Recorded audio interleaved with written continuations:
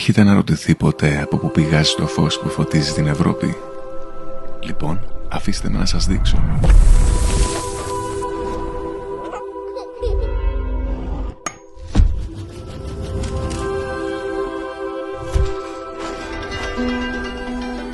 Κάθε Ανατολή είναι μια νέα ιστορία.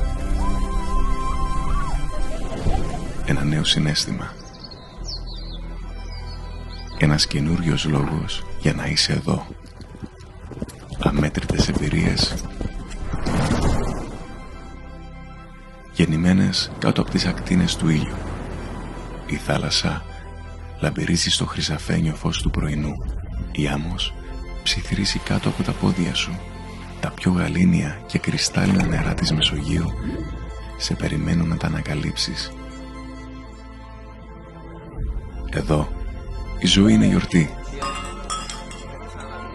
Ζωντανή, αυθεντική, αξέχαστη. Από τις γεύσεις που γεννάει η γη και η θάλασσα μέχρι το θησαυρό του πολιτισμού και της ιστορίας. Κάθε ήχος,